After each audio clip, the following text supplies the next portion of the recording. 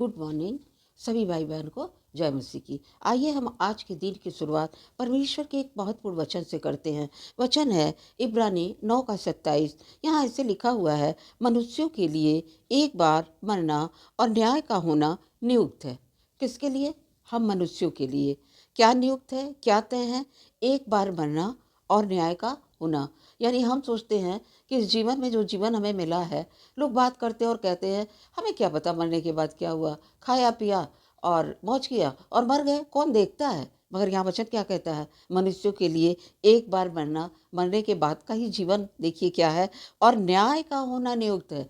परमेश्वर न्याय करेगा, क्योंकि आगे दानियल 12 के 2 में लिखा हुआ है, और जो भूमि के नीचे सोए रहेंगे उनमें से बहुत से लोग जाग उठेंगे, कितने तो सदा के जीवन के लिए और कितनी अपनी नामधराई और सदा तक अत्यंत घिनौने ठहरने के लिए। वचन यहाँ स्पष्ट और साफ कहता है कि भूमि के नीचे जितने सोए रहेंगे, यानी जो पहले मर चुके हैं, जब परमेश्वर न्याय करेगा उस समय जो लोग पहले मर गए हैं, यानी हम लोग उनको मसीह में सोए बोलते हैं, तो जो सो गए हैं बहुत से लोग जाग उठेंगे परमेश्वर की आवाज़ को सुनकर। और जब वो जाग उठेंगे तो उसमें से क्या होगा? परमेश्वर जब न्याय करेगा तो दो रास्ते परमेश्वर ने तय किए हैं। एक स्वर्ग बनाया है, एक नर्क बनाया है, सदा के जीवन के लिए। कुछ लोग सदा के जीवन के लिए यानी स्वर्ग में जाएंगे, और कितने अपनी नामधराई और सदा तक अत्यंत घिनौने ठहरने के लिए यानी नर्क में जाएंगे। मत्ती 24:25-46 में भी लिखा हुआ है, कुछ तो अनंत जीवन का दंड भोगेंगे, परंतु धर्मी अनंत जीवन में प्रवेश करेंगे। ये कहना गलत है कि मरने के बाद कुछ नहीं है, मैं मरने के बाद कुछ नहीं जानता क्या होगा, क्या मैं देखने आ रहा हूँ, ऐसा नहीं है। मरने के बाद परमेश्वर उस बातों का न्याय करेगा जो हम शरीर में रहते हुए करते हैं, क्योंकि परमेश्वर ने इस शरीर में अपनी आत्मा को और अपनी श्वासों को डाला हुआ है, वो हमसे हिसाब लेगा।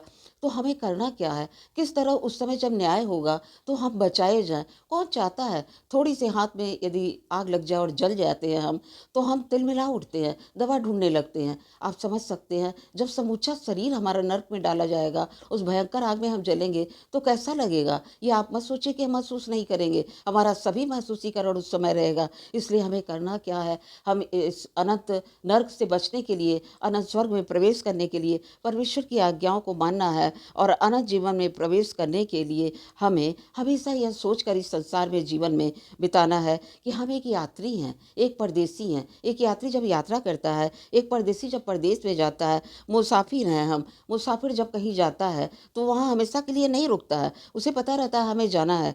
तो वचन यहाँ कहता है कि हमें मुसाफिर की तरह, परदेसी की तरह, यात्री की तरह जीवन बिताना है। लेकिन यदि हमारे साथ कुछ भी नहीं जाएगा, जो हम यहाँ पर घर बनाते हैं, धन बनाते हैं, पूरी संपत्ति बनाते हैं, बैंक बैलेंस करते हैं, सोना गहना इकट्ठा करते हैं, कुछ भी हमारे साथ नहीं जाएगा। हमारे साथ क्या जाएगा? वचन में लिखा हुआ है रोमी 2:6 में कि जो भले और बुरे हमारे काम हैं, जो इस देह में रहते हुए हम करते हैं, बस वही हमारे साथ जाएगा, और उसी के अनुसार परमेश्वर न्याय करेगा। और जब परमेश्वर न्याय करेगा तो क्या हम ये कह सकते हैं, आज हम ये कह सकते हैं पौलुस की तरह, कि जिस तरह फिलिप्पी 1:21 में लिखा है, पौलुस कहता है कोई बात नहीं है, परमेश्वर न्याय करेगा, और निश्चिंत रहता है, क्योंकि उसने कहा अंत में कि मैंने हवा में मुक्का नहीं मारा है, मैंने अपने विश्वास की रखवाली की है, मैंने परमेश्वर की आज्ञाओं को माना है। मुझे परमेश्वर के लिए मरना पड़े तो मैं मर सकता हूँ। जबकि ऐसा नहीं है। आप देखते हैं कि एक बार पतरस ने 3 बार इनकार किया परमेश्वर का, जबकि वो दावा कर रहा था, प्रभु मैं मरने के साथ तक तेरे साथ रहूंगा,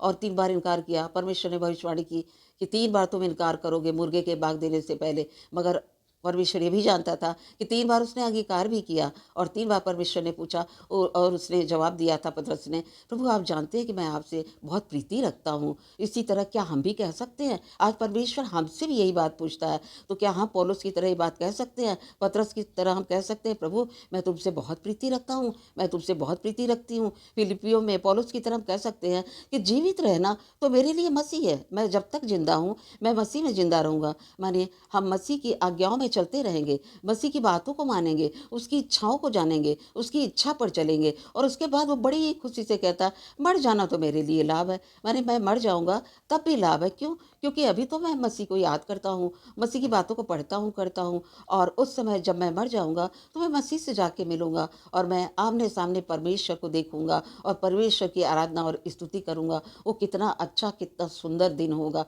इस तरह वो खुशी से कहता है, खुशी से भर के कहता है कि जीवित रहना तो मेरे लिए मसीह है। आइए भाई-बहन, हम लोग भी ये प्रण लें कि जिस संसार में हम रहते हैं, अपने आप को यात्री और मुसाफिर समझें, परमेश्वर की आज्ञाओं पर चलें और ये हमेशा याद रखें कि एक दिन हमारा न्याय होना है। उस न्याय सिंहासन के सामने हम परमेश्वर के समक्ष खड़े रह सकें। केवल खड़े ही नहीं, बल्कि न्याय में परमेश्वर हमें अनंत जीवन प्रदान करे और उद्धार करे। परमेश्वर इस वचन के द्वारा आप सभी भाई-बहन को बहुतायत से आशीष दे। सबको जय मसीह की।